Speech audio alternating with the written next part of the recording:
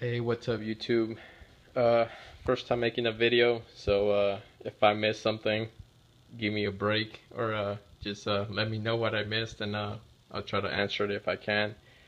A few weeks ago, I installed the Plenum by 2JR Racing, and I had a little bit of um, uh, not problem, but had fun putting it on the car, and I mean, it's running great. It's doing what what its intent was to do.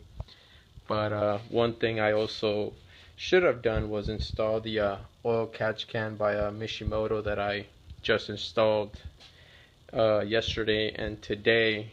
Um, I would recommend, if somebody buys a Plenum, to just buy an oil can while you're at it. Simple reason, because right here where this hose goes connected to here, this line here, it's a real pain to connect to an oil catch can. That's why I kind of did a red hose, so you can see where I kind of put it in, and kind of just follow it around there all the way to the oil catch can.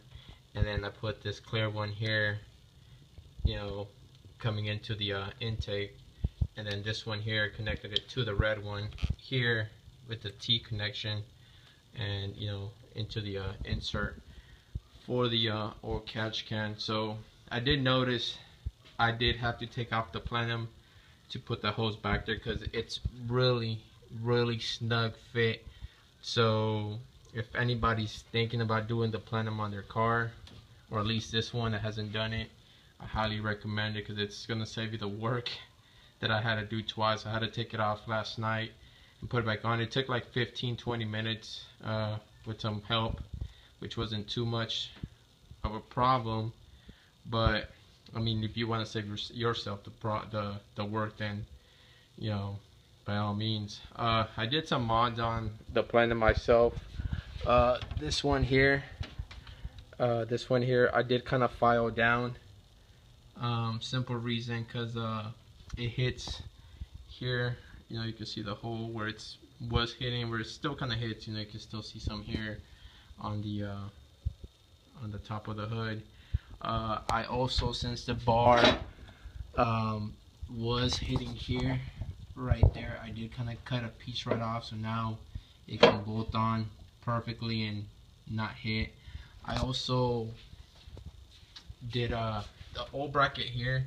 I'm sure it looks familiar, where I kind of grinded off the other connection that sat on top of the throttle body. I grinded it off and just bolted it right on top of the plenum. There's a nut there, so I just used one of the spare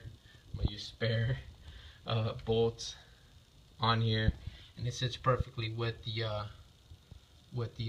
sway bar. You can see there's still plenty of gap. And I mean, if it hits the hose, it's not a big deal. It's just rubber hoses.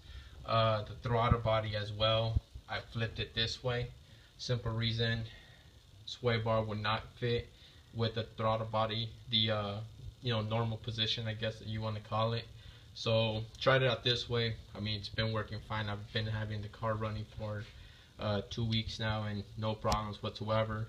One thing though, with the oil catch can, this line here that goes connected to this one here, I tried getting another T connection from this line here, where I got plugged in, connected to a T here. So I had this line coming in, this one connected to a T connection. I hope that makes sense to you guys. And then plug it here, but it was idling way too high. Like, I mean, it was almost at 2,500 RPMs as an idle. Maybe you can get it retuned or the idle relearn. I'm not too sure. I also tried a different way. I tried buying one of these, thinking maybe it'll work. It didn't do anything. The car just died. It turned on and died. So I just have it plugged. Looks kind of funky, but it's getting the job done. Turns on. The only reason I don't want to turn it on is because my car is sitting with no shocks. I just bought the TN coils, which I'm taking to work tomorrow, so I can kind of compress the springs and use all the OEM parts that it tells me to use.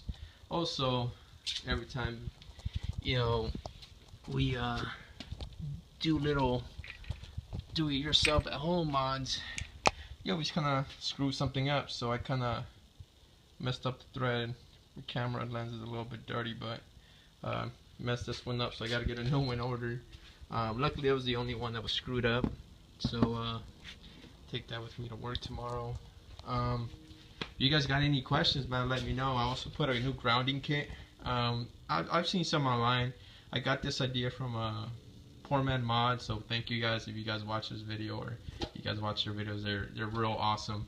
They give you guys really good ideas on how to do performance upgrades, or just little bitty stuff that you can buy from one of the manufacturers online for a ton of money, where you could just do it yourself and give yourself that extra pleasure that you did it yourself. So I got one ground wire connected here running to this bolt here, and then have this one to the alternator here, and then I also have two lines on this bracket here. I have one here coming all the way down to here, and then the second one, this one here, running all the way where my finger's at, underneath here, and it comes up through here, and then kind of had it there. I try to run it through under the sway bar, but I used the 4 gauge wire. It's a little bit thicker than the 6 gauge that they used in Poor Man mods.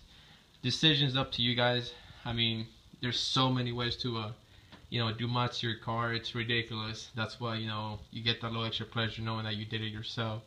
So this is my Sentra. It runs great. Have no problems with it. Just more performance parts of it to it. My crazy hose line there. Sure, I get a kick out of it from having other guys look at my hood and seeing what the hell that's that. So any comments, questions, or